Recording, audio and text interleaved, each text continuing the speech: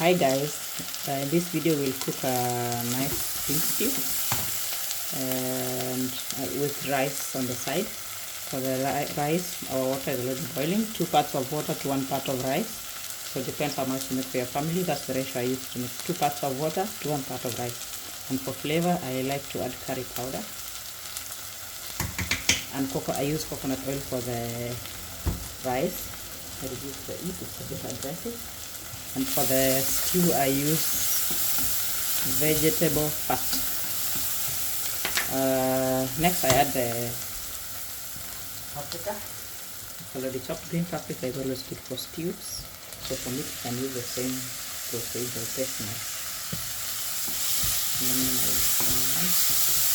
I will add my potatoes. I have already chopped into small sizes. You don't have to add potatoes. I like potatoes, that's why I added. And this is our beans. This is the beans that we're using for the stew.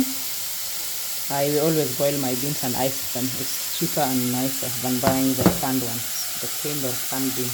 I added salt to both of my cooking already. The salt I added at the beginning. So here I also added salt already. To the stew, I will also add a ginger and garlic paste. You always make 2 parts of garlic to 1 part of ginger. Ginger should be less than garlic because ginger is a bit spicy. Then you mix everything.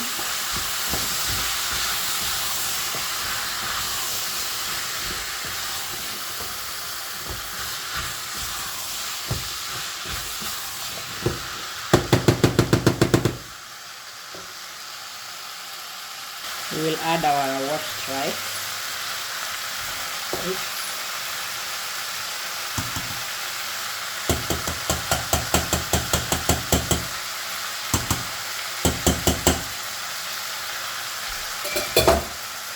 Mix it.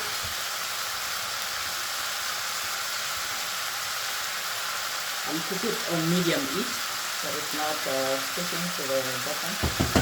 Just cover it and give it time to cook.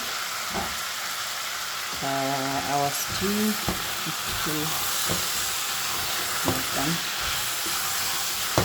So the paprika, we have been frying now for around a minute. I will add my mixed spices.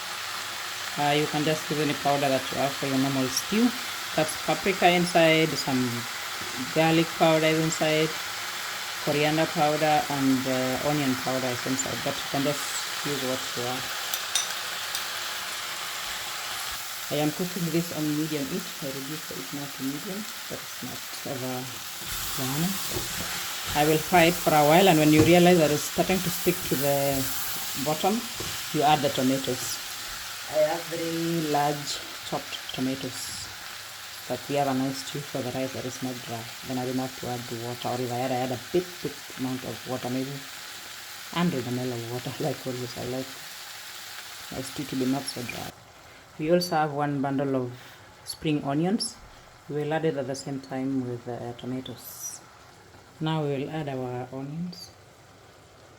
Ooh.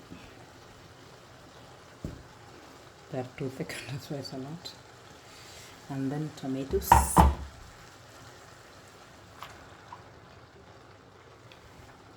Mix it a bit that it's not sticking to the bottom. And then cover it for a while. You just cover it and check it after 2 to 3 minutes. I like using 2 spoons to mix my stew. You mix it very well.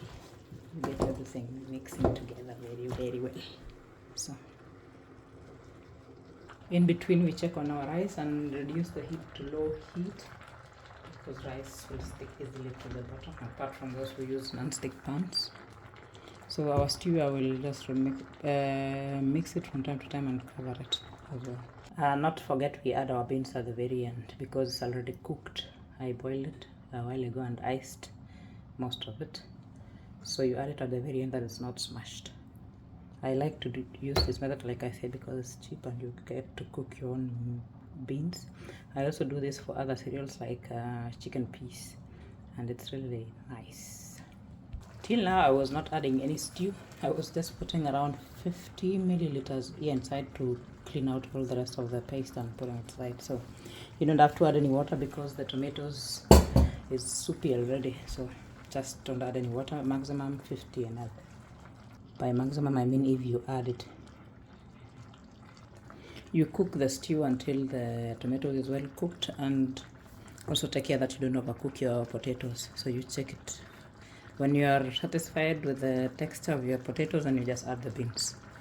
So the potatoes decides if it's done or not, because the tomatoes are done quite fast anyway than potatoes. Point, it looks fine.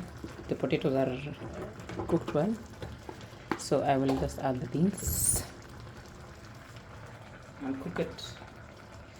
I will add the beans and then I cook it for around 1 to 2 minutes. Our rice is done. Looks good.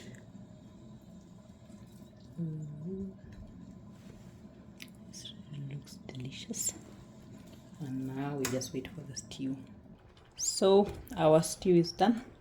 Looks nice. Hope you try it and like it. Bye.